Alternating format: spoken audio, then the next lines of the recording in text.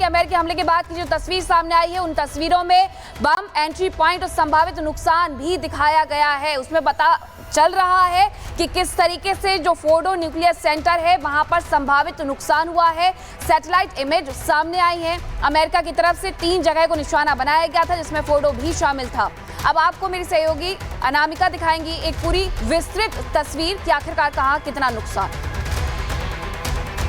तो हमले का दावा अमेरिका ने किया, लेकिन ईरान इनकार कर रहा है कि किसी भी न्यूक्लियर प्लांट पर हमला किया गया हो। लेकिन ये तस्वीरें सामने आई जिसमें पॉसिबली बताया जा रहा है कि ये वो जगह है जहां पर बॉम्ब की एंट्री हुई है। इस जगह पर बॉम्ब की एंट्री हुई है क्योंकि ये भूमिगत प्लांट था, भूमिगत परमाणु प्लांट था, इसलिए यहाँ पर अंदर की तरफ नुकसान पहुंचाया गया है। इसीलिए ये पिक्चर्स जारी करके बताया गया है कि इस पूरी जगह पर अंदर की तरफ नीचे भूमिगत परमाणु जो ठिकाना था वहां पर हमला किया गया है। और केवल एक नहीं बल्कि 2 तस्वीरें जारी की गई हैं। ये एक और तस्वीर जारी की गई है कि ये नुकसान पहुंचा है। एक तरफ यहाँ पर बॉम्ब से हमला किया गया, ये बताया गया है, और इस दूसरी तस्वीर में बताया गया है कि कैसे नुकसान हुआ है। और एक और तस्वीर आपको दिखा देती हूँ, फोर्डो की तस्वीर आपको दिखा रही हूँ, जहां पर ये एंट्री पॉइंट है। इस एंट्री पॉइंट पर अटैक किया गया है क्योंकि 3 ठिकानों पर दावे अमेरिका की ओर से किए गए हैं, जिनमें इस एंट्री पॉइंट पर यहाँ पर आप देख रहे हैं जो घेरा पीले रंग का दिखा रहे हैं आपको हम, यहाँ पर इस एंट्री पॉइंट पर अमेरिका ने ईरान को नुकसान पहुंचाया है।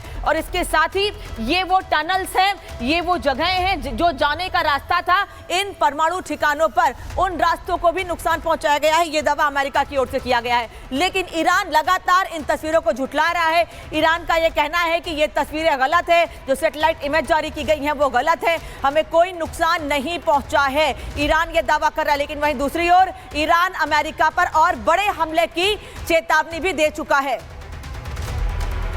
और दूसरी तरफ आपको बता दें कि ईरान के विदेश मंत्री ने पुतिन से बात की है। आज मास्को जाएंगे ईरान के विदेश मंत्री और कल पुतिन से मुलाकात करेंगे ईरानी विदेश मंत्री अरागची। उनकी तरफ से ये जानकारी मिली है कि मास्को के लिए रवाना हो रहे हैं और वहां पर जाकर के पुतिन से मुलाकात करेंगे। तो कहीं ना कहीं रशिया का जो रुख है वो पूरी दुनिया जानती है, ईरान को किस तरीके से सपोर्ट किया जा रहा है। अब ऐसे में ईरान के विदेश मंत्री का युद्ध के बीच में जाकर के उनसे मिलना यानी कि एक बड़ा संदेश हो सकता है कि जिस तरीके से अमेरिका सीधे वॉर में उतरा है, क्या वो ये कहेंगे जाकर के रूस से कि वो हमारे साथ उतर जाए, ईरान के साथ उतर जाए। क्योंकि आज मास्को जाने वाले ईरान के विदेश मंत्री अरागची, अब ऐसे में उनकी तरफ से क्या कुछ मुलाकात होती है, क्या कुछ बातचीत होती है, इस पर कहीं ना कहीं सबकी निगाहें टिकी रहने वाली है।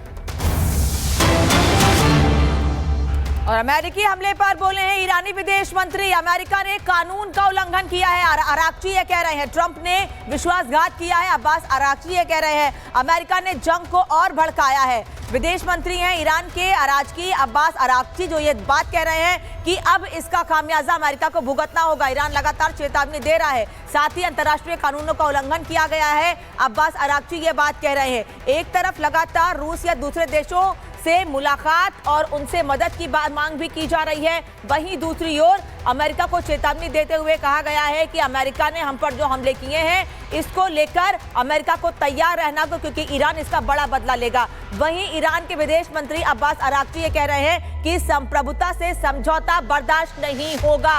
अंतर्राष्ट्रीय कानून का, अंतर्राष्ट्रीय नियमों का उल्लंघन किया है अमेरिका ने। ये बात ईरान के विदेश मंत्री की ओर से कही गई है और वो कह रहे हैं कि इसका खामियाजा अमेरिका को भुगतना होगा।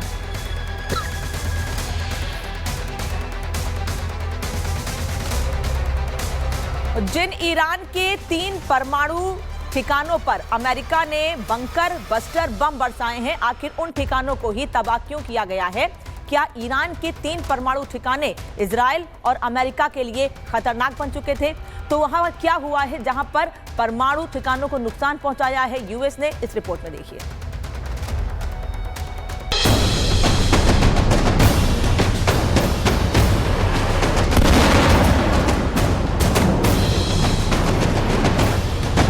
ये ईरान पर अमेरिका का सबसे बड़ा हमला है। ये ईरान के उन 3 परमाणु ठिकानों की तबाही की तस्वीरें हैं जिनकी सुरक्षा में खामनेई दिन रात लगे रहे। ये उन परमाणु ठिकानों की तस्वीर है जिसके जरिए खामनेई परमाणु हथियार बनाने का न सिर्फ सपना देख रहे थे, बल्कि परमाणु हथियार बनाने के बेहद करीब पहुंच चुके थे। यही वजह है कि इन ठिकानों को अभेद किले की तरह बनाने के लिए जमीन से 300 फीट गहराई तक तैयार किया गया, जिसे इजराइल भी जब तबाह नहीं कर पाया तब अमेरिका को 13,600 किलो के 1-2 नहीं 12 बंकर बस्टर बम गिराने पड़े। तो सवाल है कि आखिर इन 3 परमाणु ठिकानों में ऐसा क्या था जिसे तबाह करने के लिए अमेरिका को अपने ब्रह्मास्त्र B-2 बमवर्षक विमान से भारी भरकम बम गिराना पड़ गया। ये 3 सिर्फ इसलिए क्योंकि इनकी जो स्ट्रैटेजिक लोकेशन है, जिस तरह की सेफ्टीज इसके अंदर उन्होंने रखी हैं कि 100 मीटर से भी ज़्यादा के ज़मीन के नीचे को अगर आप जा रहे हैं, अपने आप को प्रोटेक्ट कर रहे हैं, क्यों कर रहे हैं? अगर आप इलेक्ट्रिसिटी रिलेटेड अपने एनरिचमेंट कर रहे हैं तो वो तो नॉर्मल भी हो सकता है, ज़मीन के ऊपर भी हो सकता है। तकरीबन 11 साइट्स हैं ईरान में जहां न्यूक्लियर रिलेटेड एक्टिविटी चल रही है, उसमें से वेपन ग्रेड वाली ऐसा समझा जाता है इन 3 के ऊपर डेफिनेटली चल रही थी, इसीलिए आपने देखा है कि ये टारगेट किए जा रहे हैं। अब आपको बताते हैं कि आखिर ईरान के ये 3 परमाणु ठिकाने ईरान के लिए सबसे महत्वपूर्ण और इजराइल और अमेरिका के लिए सबसे बड़ा खतरा क्यों थे। फोर्डो एनरिचमेंट प्लांट, ये ईरान का दूसरा सबसे बड़ा यूरेनियम प्यूरिफिकेशन प्लांट है। तेहरान से 160 किलोमीटर दूर पहाड़ी में बना है। पहाड़ी में 295 फीट यानी 90 मीटर गहराई में मौजूद फोर्डो में 2000 सेंट्रीफ्यूज मशीनें एक्टिव थी। रूस का S-300 एयर डिफेंस सिस्टम लगा था। हवाई हमले से तबाह करना मुश्किल था, इसलिए अमेरिकी बंकर बस्टर बम का इस्तेमाल हुआ और इससे तबाह किया गया। Natanz atomic facility centre Tehran से 250 किलोमीटर दक्षिण में है। जमीन के करीब 200 फीट नीचे 9 परमाणु बम बनाने जितना यूरेनियम मौजूद था। नतांज में 11,000 सेंट्रीफ्यूज एक्टिव थे। यहां यूरेनियम 235 की सफाई होती थी। नेतन्याहू ने इस एटॉमिक फैसिलिटी सेंटर को सबसे बड़ा परमाणु खतरा बताया था। और तीसरा, इस्फहान परमाणु टेक्नोलॉजी सेंटर, यहां यूरेनियम कन्वर्जन फैसिलिटी थी। कच्चे यूरेनियम को गैस में बदला जाता था। इस्फहान में ईरान का बड़ा एयरबेस था। पुराने अमेरिकी F-14 फाइटर जेट मौजूद थे। हथियार बनाने वाली फैक्ट्रियां भी थी। 13 जून को एयरबेस पर यहां इजराइल ने ड्रोन अटैक भी किया था। फिलहाल अमेरिका ने अपना काम कर दिया है। इन हमलों में तीनों परमाणु ठिकाने तबाह हो चुके हैं। हालांकि ईरान का दावा है कि इन हमलों में ज्यादा नुकसान नहीं पहुंचा है। तो क्या ईरान के पास अभी भी परमाणु हथियार बनाने के लिए साजो सामान और सुरक्षित ठिकाने मौजूद हैं? Bureau report, Republic Bharat.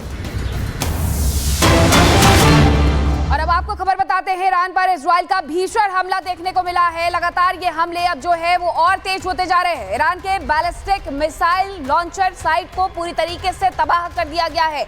Iran पर इजराइल का ये भीषण हमला है। ईरान के बैलिस्टिक मिसाइल लॉन्चर्स को उनके द्वारा तबाह किया गया है, क्योंकि लगातार हमले ईरान की तरफ से किए जा रहे हैं और नुकसान अब तेल अवीव से लेकर यरूशलेम तक दिखना शुरू हो गया है। यही वजह है कि अब सीधे लॉन्चिंग साइट पर जो कई ईरानी सैनिक हैं वो भी मारे गए हैं और लॉन्चिंग साइट को ही पूरी तरीके से तबाह कर दिया गया है।